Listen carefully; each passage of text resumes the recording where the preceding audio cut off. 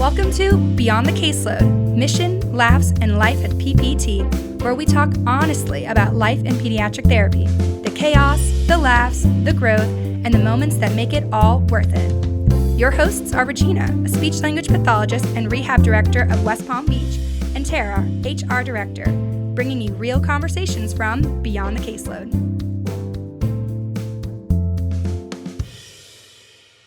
Welcome back to Beyond the Caseload. I'm Tara, Human Resources Director for Progressive Pediatric Therapy, and today's episode is called Grow With Us, and we are here talking with Justin, who grew with us. He was an assistant with us in our West Palm Beach clinic. He was a COTA, and now he went to grad school and is an OTR. So we want to talk to him and pick his brain. For some of you who may be thinking about doing the same thing, might be interested in going back to school, going to grad school, and just want to hear about somebody else's journey. So Justin, welcome, number one, and congratulations on, passing your boards and starting your career. So my first question to you is, what prompted you to decide, I'm going to go to grad school now? That was always the goal when I went to school, especially at the program that I did, knowing that they had a bridge program. When I went there, the goal was to get my associates, work in the field, and then eventually go back. So when I decided to go back, it had been about a year and a half or so, and I just kind of thought it was the right time. But just going into it, that was always the goal. I always wanted to get my master's, and I always wanted to be an occupational therapist and being the ones doing the evaluations and making the plans of care. Awesome. So you started as an assistant, then you went to grad school, then you did your student rotation with us, and then now you're an OTR, and you decided that you did your rotation in our Lake Worth clinic, even though you started in our West Palm Beach clinic. And I feel like that happens a lot of the times where you start in one place, but it might be a better fit in another place. And we always try to, do our best to accommodate everyone. So why do you think that even though you live closer to West Palm, that Lake Worth was the better choice for you? Well, I live in West Palm now. I don't know if I'm going to be living there in a few months, so that wasn't really going to be a deciding factor as far as distance.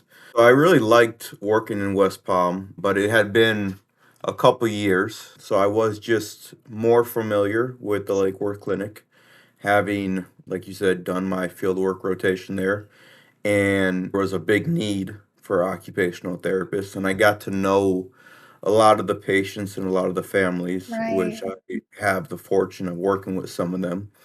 So I just had those relationships kind of right away, had been built, and that's kind of what prompted me to go to the Lake Worth Clinic as opposed to going back to the West Palm Beach Clinic. And also, I just think it's good to try out new things. Fresh, And yeah, yeah, a different start. Yeah, definitely. And yeah, when you're seeing your career in a different place, in a different space with new people, sometimes it's like a new journey. They would have loved to have you back in West Palm, but it just seemed like it clicked for you there. So they were yeah. happy to And I have think you. also like it's important to sometimes get out of your comfort zone a little bit so you grow. Yeah, exactly. So tell me, what do you think that your early on work as an assistant, did you think it helped you during grad school to be able to have an edge or know things that maybe somebody who's just starting out didn't know? Well, my program was pretty unique in the sense that you had to be currently a COTA to be in it.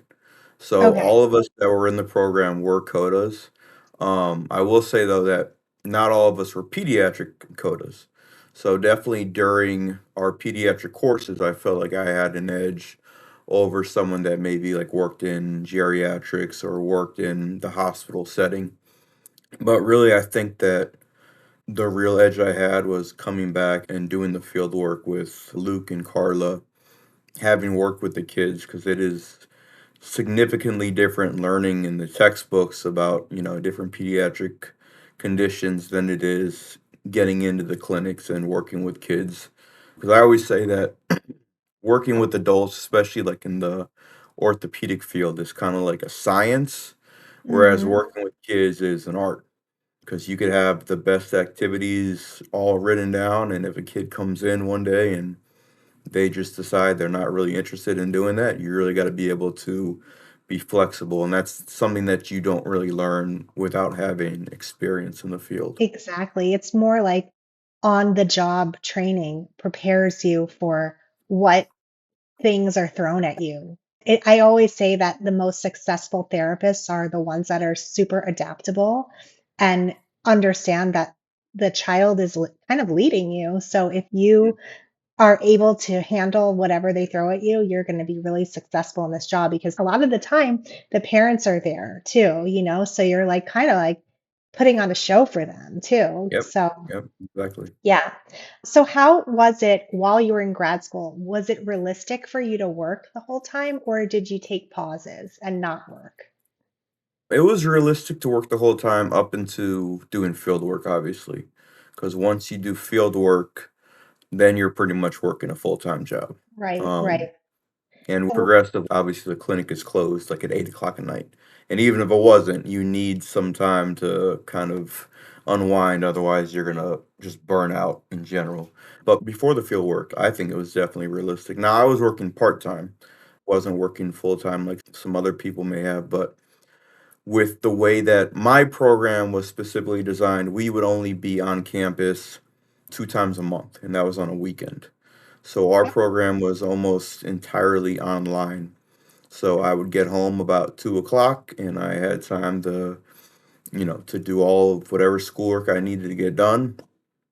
And Progressive was really good with being flexible so that I had the same schedule pretty much every day. Like, I'd go in at 8 o'clock or so, get out around 2, and then I get back home and I'm able to do whatever schoolwork I needed to get done. So for me, I thought it was really realistic. And to be honest, like if someone is in a similar program that's more geared towards doing it online, I think they could even do it full time if they really needed to. That just wasn't the route that I wanted to go personally. currently, we have 4 SLPAs and they're in grad school. So, Mhm. as their semesters change, we've been changing with them, right? So, if they have a rotation and they can work less, we're giving them those different options. And some of them pause for 3 months. We have one right now. She has to work full time in her setting. So, she's on a pause. She worked during Christmas. She's coming back in the spring. So, I think that's something that we try our best because obviously the ultimate goal is for you to come and work for us when you're done with your journey. I think that for us, that's the most important is that we support you so that you can do this and then come back to us at the end. And I think that's really important because like every field work is going to be different and all the times are going to be different. Like my first field work working at the V hospital was 6 o'clock in the morning, and sometimes I wouldn't be done until 4:30. Whereas working here, the hours varied. Sometimes it'd be like 8 to 7 or 9 to 5. So having a company that is willing to be flexible is definitely essential if you're going to be able to continue working. Yeah, for sure. Did you feel like keeping in touch with us throughout your entire program played a role in helping you with your rotation and with job opportunities and your decision making and all of that? Hmm. I think just keeping that relationship while I was working was big, and seeing that the company and the people there were still supportive. I mean, my situation was a little unique where I wasn't working directly at the clinic. I was working at a school, and then I would go and do aquatics therapy. But my supervisor at that time, Megan, we kept in touch. She would often come by, like 'cause she had to do any of the reevaluations. Um, when I was done, my last official day before I started field work, she even came by and gave me a card and like some gift cards and stuff. So I thought for me that meant a lot. That just kind of showed, um, a lot about her and just in the company in general.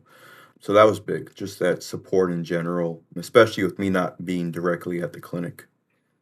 Right, of course, like keeping that camaraderie, even though you're not always with other people, is really important. We have that with our people who work full community for us. We try to keep them in the loop with meetings and with potlucks and parties and stuff like that.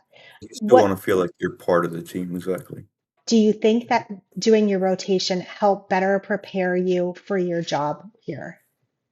Yeah, absolutely. Because I got to see a lot of obviously the evaluations that are being done, how they're being done. Working at the Lake Worth Clinic, I knew where all the evaluations were.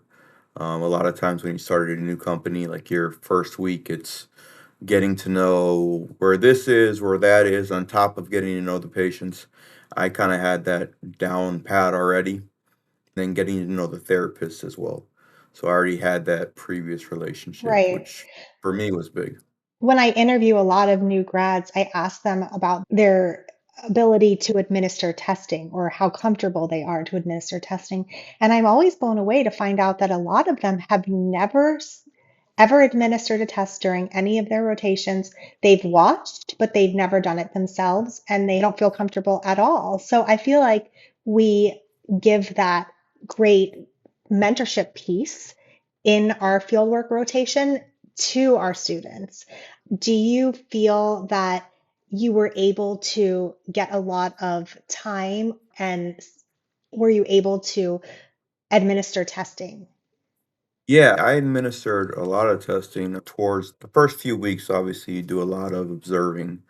But after the second, third week, I was pretty much weekly. I was doing testing, and even maybe even a little bit before that, because when I was a COTA, I was able to do some of the testing, and then obviously it would just be scored and administered by my supervisor. So I had a little bit of experience with that. Um, but in general, just for new grads and things like that, when you're doing your field work, I think it's important to make it a point to do as much testing as you can. Like I said, a lot of times it's easier to not get out of your comfort zone, and being in your comfort zone is probably going to be not doing the testing and just being comfortable watching, because doing the testing can be very nerve-wracking. That Especially you have your fieldwork coordinator there, you might have a parent there, you're nervous about messing up. But it's okay to mess up. But it's better to make those mistakes as a student and learn from them when you have your coordinator there with you, as opposed to making those same mistakes once you become a therapist. yeah. Okay, so my last question for you is, we're just starting out with this again. What advice would Justin now have for Justin before? What did you wish you would have known before that you know now? What advice can you give to somebody who might be about to into the bridge program or to go back to become an SLP and be working? What can you tell them that would have helped you that you wish you would have known? Much. Take it one day at a time. Don't get too caught up, because it can be overwhelming. There's a lot of things that have to be done, and they have to be done in a very short time. Like my program was 2 years. Um, but just take it one day at a time and try to be as organized as possible. Write down your assignments, know when they're due, create a study plan, kind of like I do with my patients. Create a study plan about what you want to get done each and every day, how much time you want to devote to it, and then how much time you want to devote to yourself and your family. Obviously, you're not going to be able to always be able to follow through with that, but I think it's important to do that so you have that healthy work life balance, because it will be stressful. I mean, you are doing a lot, but you have to keep in mind that you're doing it for the greater good, that once you're on the other side, you're going to have a lot more opportunities. So really just taking it one day at a time, and while also planning ahead so that you kind of keep organized and know what you want to get done each and every day. Awesome. Thank you Yeah. so much, Justin, for all of the advice and for giving us some insight on your journey from assistant to OTR. And I thank everybody for watching and listening, and we will see you next time on Beyond the Caseload. Thank you. Bye. Thanks for listening to Beyond the Caseload. Before we wrap up, a huge thank you to our sponsor, Galileo for Kids, a science-backed whole body vibration supporting strength, balance, and meaningful progress in pediatric therapy. today's episode resonated with you, share it with a colleague or a friend who could use it. And don't forget to follow so you never miss an episode. Until next time, take care of your kids, your caseload, and yourself, because there's always more beyond the caseload.